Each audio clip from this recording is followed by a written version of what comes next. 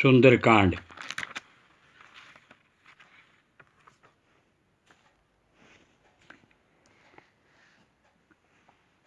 दोहा। राम काज सब करहु, तुम बल बुद्धि निदान।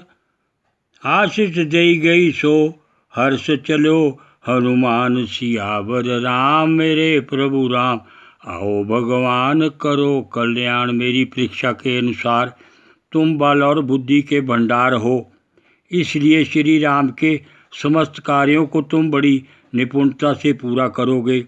इस प्रकार सफल होने का आशीर्वाद देकर सुरसा वहाँ से चली गई और हनुमान जी हर्षित मन लंका की ओर चल पड़े।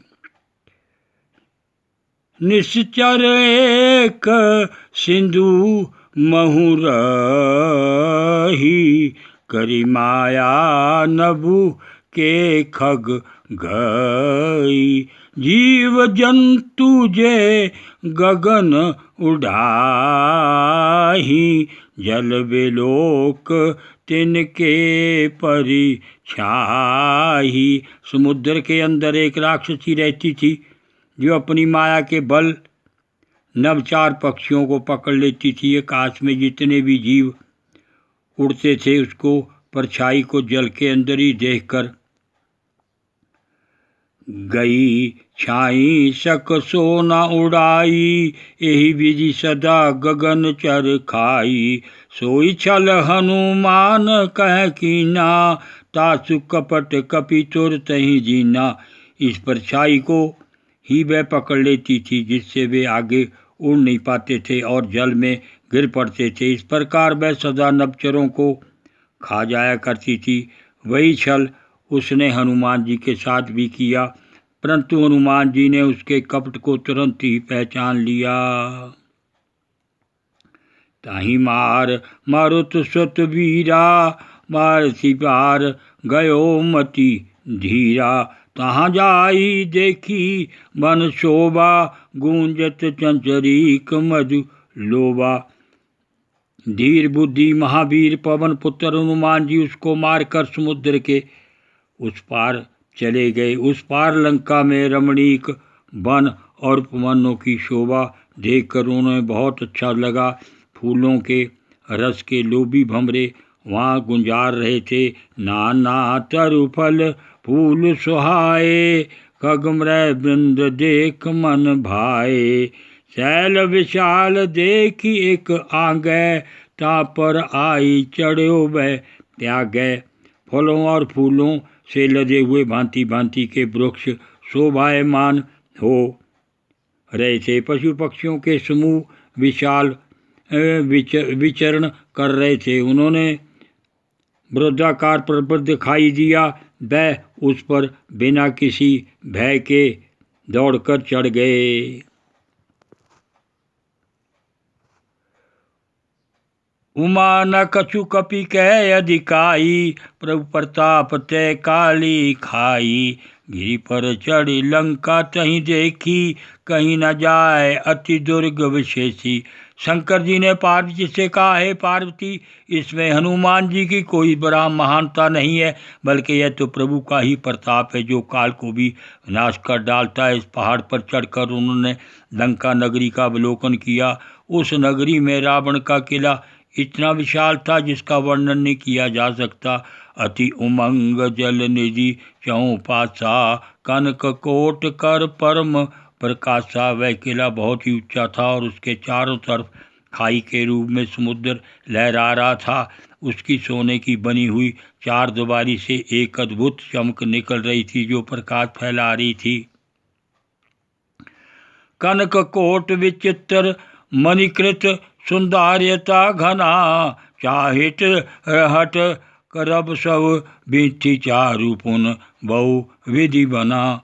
गज बाजी खच्चर निकर पदचर, रथ बारुथि को गने।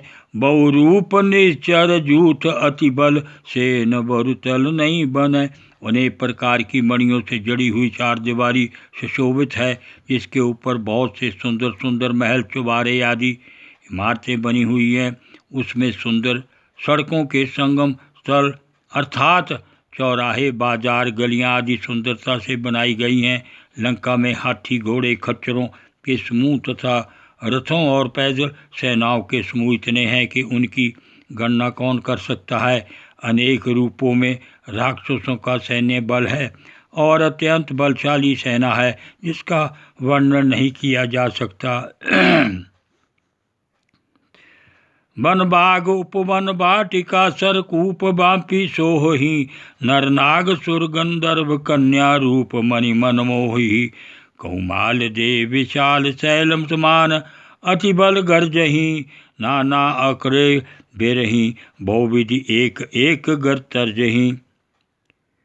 वहाँ वन, बाग, बगीचे, फूल पौधे, सरोवर, कुएं और छोटी से बावलियाँ शोभायमान हो रही हैं। मनुष्य, नाग, देवता और गंधर्वों की कन्याओं का रूप सौंदर्य ऐसा है कि बड़े बड़े ऋषियों मुनियों के मन भी मोह हो जाए।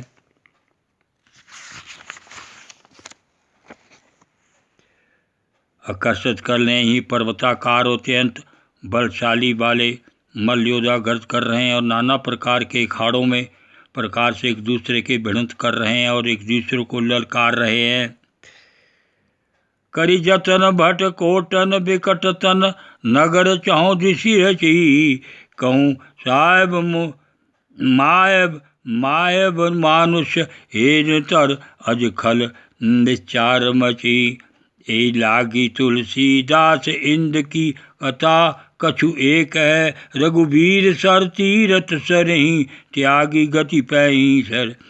भयंकर शरीर वाले विशाल काय करोड़ों राक्षस वीर सावधानी पूर्वक चारों दिशाओं से लंका की रखवाली कर रहे थे। वह ऐसे दुष्ट स्वभाव के राक्षस हैं जो भैंसों, मिर्चियों, गायों आदि को, बकरों को खा जाते हैं। इसलिए तुलसीदास जी ने इनकी कथा बार संक्षेप कहा कि क्योंकि ये निश्चय ही श्री रामचंद्र जी के बाण रूपी तीर्थ में शरीर का त्याग कर परम गति को प्राप्त होंगे। दोहा। पुर रखबारे देख बहु, कपि मन कीन विचार, अति लघु रूप धरो निसी, नगर करो पैसार। सियावर राम मेरे प्रभु राम, आओ भगवान करो कल्याण। जब हनुमान जी ने देखा कि लंका की सुरक्षा व्यवस्था में बहुत कड़ी है, तब उन्होंने सोचा कि नगर में प्रवेश करने का एक ही उपाय कि अपना आकार अत्यंत सूक्ष्म कर लूँ और रात्रि के समय उसमें प्रवेश करूँ। मस्क समान रूप कपिधारी, लंक चले सुमर नर आई।